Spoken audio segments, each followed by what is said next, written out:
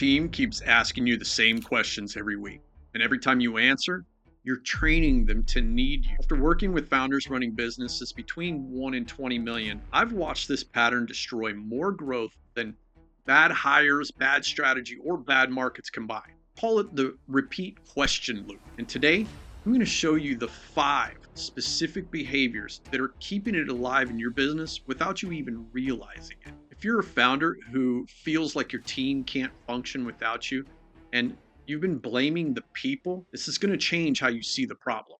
Behavior number 1, you answer too fast. Here's what happens. Someone on your team sends you a Slack message. Hey, what's the priority on the Johnson project? You see it, you know the answer, you type it out in 8 seconds and hit send. Now that felt efficient. It wasn't. What you just did was confirm to that person that you're the fastest path to an answer, faster than checking a board, faster than looking at a shared doc or thinking it through themselves. You just taught them that pinging you is the highest return move they can make when they need clarity. Now multiply that. You've got 10 people.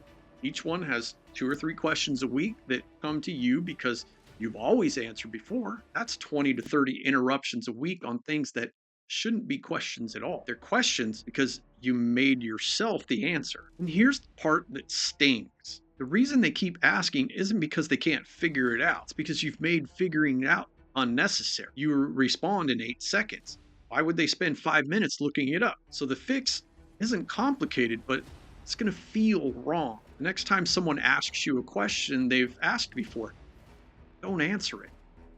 Ask them, where did you look first? If they didn't look anywhere, that's diagnostic. It tells you one of 2 things. Either there's no system to check, or they've learned the system is slower than you. And both of those problems are created, and both of them fixable. Now, that's just the first layer, because speed is only half problem. Behavior number 2, you give the full answer. This one's subtle. Someone brings you a problem or a client situation. It could be a delivery issue or a scheduling conflict. And you don't just point them in the right direction. You diagnose it, you prescribe the fix, and you hand them the whole solution in 90 seconds. You're good at it. And that's the problem. Every time you give the full answer, you're taking away a rep they needed. You took the thinking off their plate.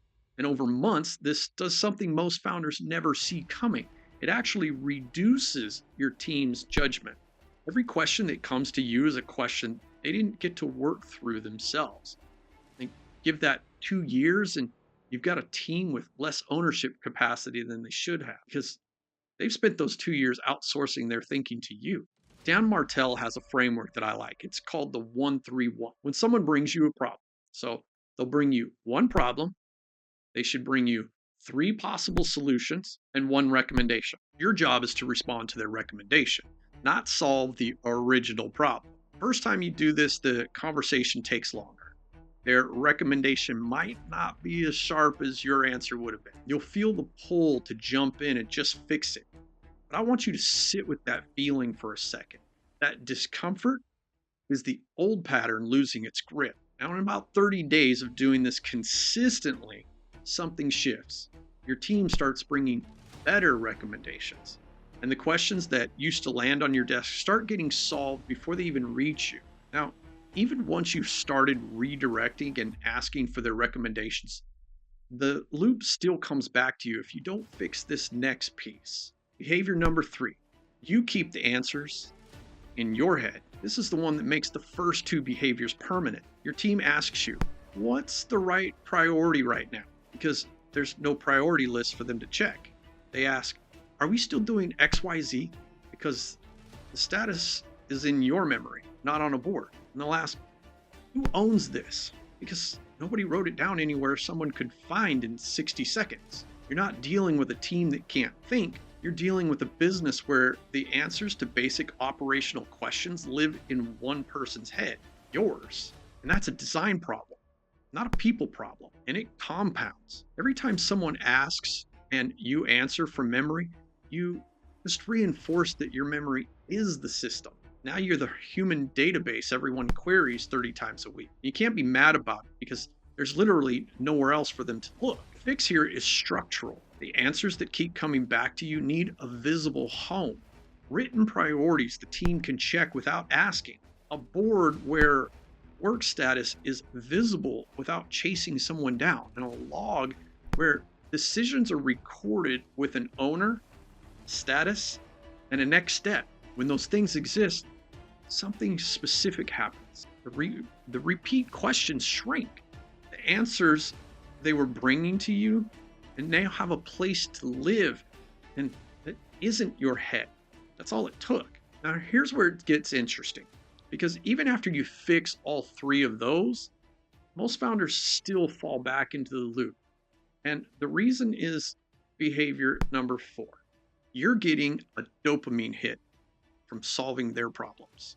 This is the one no one talks about, and it might be the most important one on this list. There's a reason you keep jumping in, and there's a reason you answer in 8 seconds instead of redirecting. There's a reason you give the full solution instead of asking for their recommendation. And it's not because you're a control freak, it's just chemistry. Your brain gives you a dopamine hit every time you solve a problem. It's the same chemical pathway that fires for any rewarding behavior. You've been getting that reward every time someone brings you something and you fix it, dozens of times a day for years. I call it the solver's high, and it's running your schedule. Now think about it. Someone walks into your office with a problem. You diagnose it in your head before they even finish the sentence. You give them the answer. They say, "Thanks. That's exactly what I needed." And you feel a small buzz. That's dopamine. That's the solver's high. And you've been collecting it 15 times a day without even knowing it. Now, when you start using the 1-3-1 and you stop giving the answer, that reward goes away. And your brain notices. It doesn't like it. That pull you feel to jump back in and just answer the question isn't weakness. It's your neurochemistry trying to get its hit back. So name it when it happens. Just say to yourself, that's the solver's high. That one sentence is enough to hold the line, because once you can see the pattern, it loses power over it. You're not fighting a character flaw. You're managing a habit loop, and a habit loop can be rewired. In fact, the solver's high is actually the easy part once you see it. Harder behavior to catch is the last one, because this is the one that keeps all the others locked in place. Behavior number 5. You measure yourself by how busy you feel. Most founders judge their day by how many problems they handled. Like, oh, I was in back-to-back meetings. I put out 6 fires. I answered 40 questions or solved 3 client issues before lunch. And that feels like a productive day. It feels like leadership. It's not. That's activity. The real question isn't how many problems came to you today. The real question is how many decisions moved to the right level this week? How many questions got answered by the system instead of by you?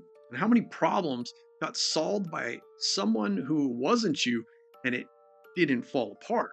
If you're tracking how busy you are, you're watching a broken system tell you it's working. The busier you are, the more the business depends on you.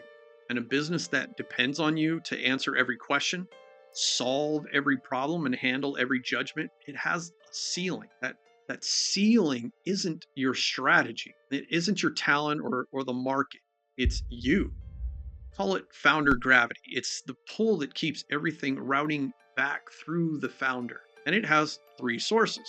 First one is expertise. You know more about the business than anyone else in it, so people bring things to you.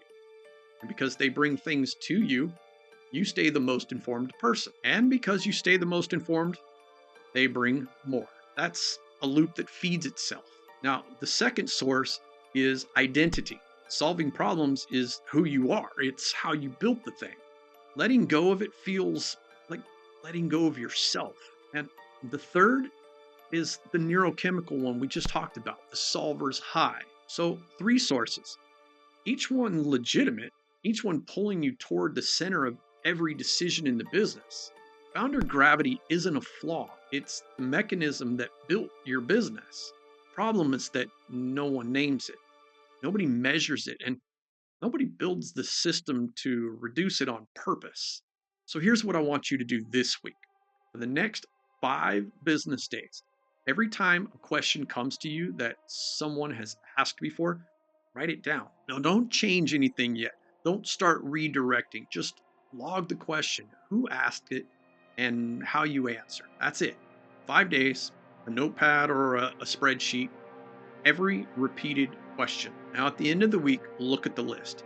You're going to see some patterns. The same 8 to 12 questions showing up from the same 3 or 4 people. And for most of those questions, the answer should be living somewhere other than inside your head. For each question on the log, write down where the answer should live so it doesn't come to you next time. Some of them belong on a priority list, some of them belong on a project board, some of them need a decision log with an owner and a status. The fix is different for each one, but the log shows you exactly where to start. Here's what I'll tell you.